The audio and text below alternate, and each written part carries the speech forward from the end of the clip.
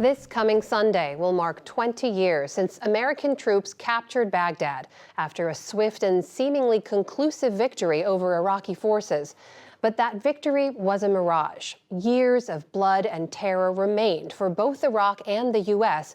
before the establishment of a fragile democracy. Now, special correspondent Simona Foltin speaks with a leader within that democracy over these decades for his views 20 years later. At his residence in Iraqi Kurdistan, we meet Dr. Barham Saleh. The Kurdish veteran politician served as Iraq's president from 2018 until 2022. It was a tense period that shook the foundations of Iraq's post-2003 political order. Large-scale anti-government protests called for sweeping reforms.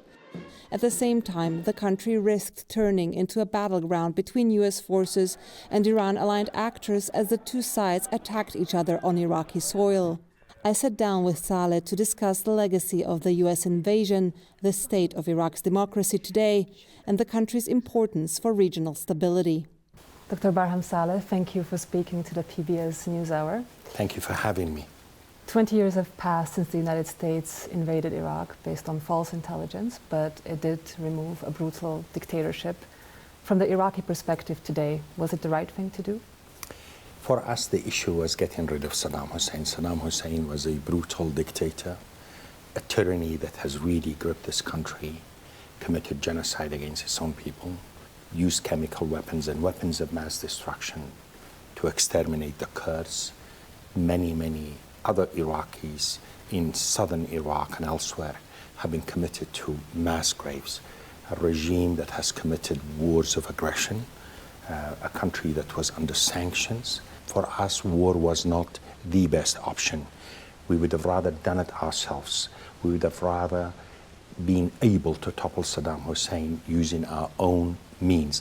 So for us, the American-led intervention meant a great opportunity to get rid of this regime and allow the polity of Iraq to move on and hopefully develop a functioning democracy in the heart of the Islamic Middle East. If you ask me and ask other Iraqis, and no doubt outsiders, well, we will all have to acknowledge this has not been achieved the way we hoped to.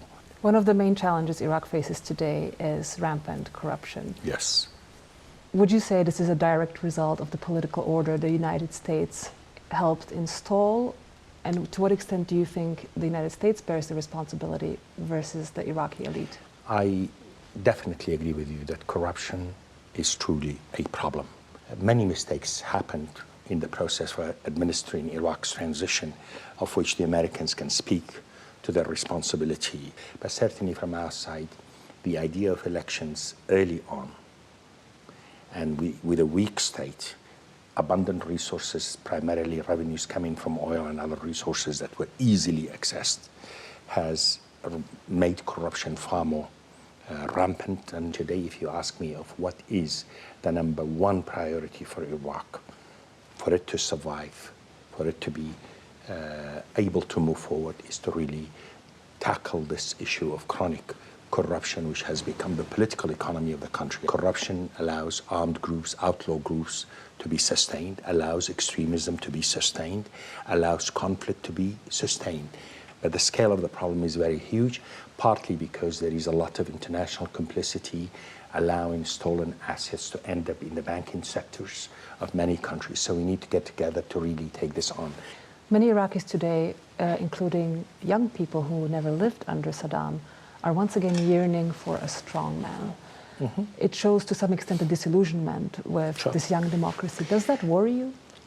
Look, we have to acknowledge in 2003, when Saddam Hussein was overthrown, the expectation, the hope, the wish was to see a functioning democracy that at the end will put Iraq at peace with itself and at peace with its neighbors.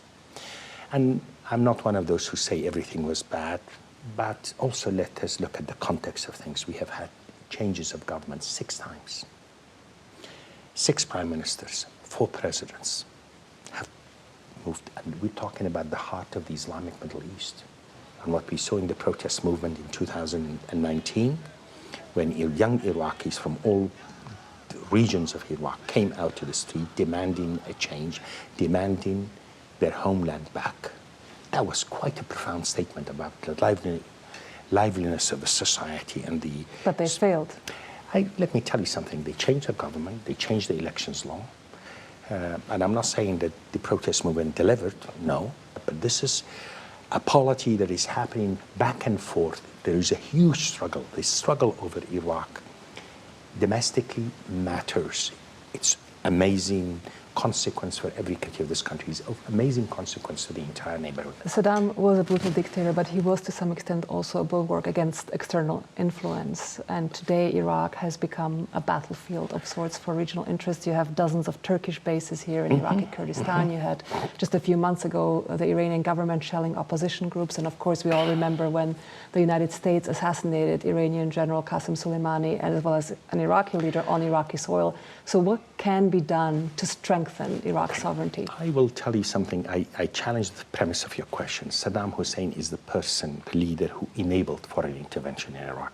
The agreement with the Turks by which the Turks are allowed to come inside Iraq was done under Saddam Hussein. By the fact that he committed the crimes he committed against the Kurds were reliant on Iranian support and Syrian support and outside support in order to survive. The same with Shia opposition groups. So basically, seriously, this notion that he was a bulwark... But you would agree there is more intervention in Iraq today than there was back then? But by the way, I'm not saying there are no regional and international intervention. Of course there is. And it's quite clear. Nobody can deny this. Turkish bases are too many in this country. Yes, Iranian presence inside Iraq and its influence is real. But I think you will be seeing more and more assertion of Iraqi sovereignty. And I say to our neighbors, all our neighbors, including the Arabs, including the Iranians and the Turks, if they want Iraq to be viable and not a threat to you, state-to-state relations, a sovereign state to a state, because otherwise, if you get too involved, this is a precursor for the intervention of others. And this quagmire of Iraq, from their perspective, nobody gets out of it free. U.S. policy on the Middle East is very much centered around Iran and American desire to reduce Iranian influence in the region. Do you sometimes feel that Iraq is caught in the middle and that its interests are drowned out in this geopolitical conflict? Iraq is definitely caught in the middle. Iraq is very much a key area for regional balances and dynamics. Has always been, will always remain, is of consequence to everybody. This place where everybody has viewed as a threat and that they had to dominate in order to prevent the others from dominating, let it turn it into a bridge. We need partnership with the United States. Iraq will always need good relations with its neighbors and certainly with Iran. But at the end of the day, a state-to-state relationship, because otherwise, if any regional actor dominates, the others will be getting in, and this, instead of being an opportunity for all, it becomes a quagmire for all. This has been the history of the country. Dr. Barham Saleh, thank you very much for speaking to the PBS NewsHour. Thank you, Simona.